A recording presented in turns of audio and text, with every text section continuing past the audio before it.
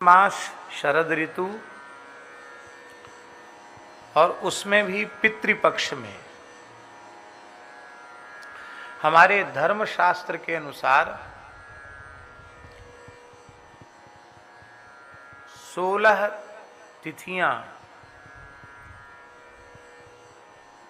अपने पूज्य पितृगणों के निमित्त समर्पित की गई है। इन 16 तिथियों में ही सबका देहावसान होता है। मृत्यु सबकी 16 तिथियों में ही होती है। अमावस्या, पूर्णिमा 2 तिथि तो ये हो गई और बाकी प्रतिपदा से लेके चतुर्दशी तक, इस तरह से 16 तिथियां हैं। तो इन 16 दिनों में विधिवत श्राद्ध करना चाहिए, तर्पण नित्य करना चाहिए। जिन लोगों को अभी अपने पिता आदि जीवित हैं, उनको दिव्य पितरों का, देवताओं का, ऋषियों का तर्पण करना चाहिए प्रतिदिन। और जिनके पिता माता पधार गए हैं, उनको अपने पिता माता के निमित्त, मातृकुल के निमित्त, पितृकुल के निमित्त 16 दिन अवश्य ही श्रद्धा पूर्वक तर्पण करना चाहिए। और अपने पूज्य महापुरुषों की तिथियों के आने पर उनका श्राद्ध करना चाहिए और शास्त्रीय लक्षण से युक्त किसी पवित्र ब्राह्मण को भोजन कराना चाहिए श्राद्ध का।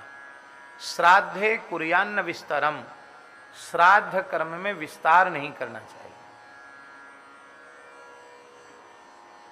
माने भोजन का विस्तार। वो इसलिए ये बात कही गई कि श्राद्ध में प्रशस्त जिन ब्राह्मणों का वर्णन पुराणों में, इतिहास में, शास्त्रों में, स्मृतियों में मिलता है, उस प्रकार के ब्राह्मण दुर्लभ हैं। बहुत बड़ी संख्या में तो मिलेंगे नहीं। एक परिवार में एक ही ब्राह्मण मिल जाए, 3 मिल जाएं, 2 नहीं होते हैं। या तो श्राद्ध में 1 ब्राह्मण का निमंत्रण होगा या 3 का निमंत्रण होगा, इससे अधिक नहीं। पितृकर्म अत्यंत आवश्यक कर्म है, अत्यंत आवश्यक। देव कर्म ऐच्छिक है। ऐच्छिक जानते हैं? माने आपकी सुविधा बने तो आप करो, आपको लाभ होगा, पुण्य होगा। नहीं करो तो कोई विशेष हानि नहीं है। पर पितृकर्म ऐच्छिक नहीं है, यह अनिवार्य कर्म है, अवश्य करना चाहिए। भगवान श्री रामकृष्ण को पितृकर्म की कोई आवश्यकता नहीं। क्या आवश्यकता है भाई? साक्षात भगवान के पिता, चाहे मातृकुल हो या पितृकुल हो, उनके कोई उद्धार का प्रश्न तो है नहीं कि वो कहाँ जाएंगे। उनके लिए श्राद्ध की, तर्पण की आवश्यकता ऐसा तो नहीं है। पर भगवान श्री राम, भगवान श्री कृष्ण अत्यंत श्रद्धा पूर्वक सविधि श्राद्ध कर्म करते हैं, तर्पण आदि कृत्य करते हैं। आप पुराणों को उठा करके देखें।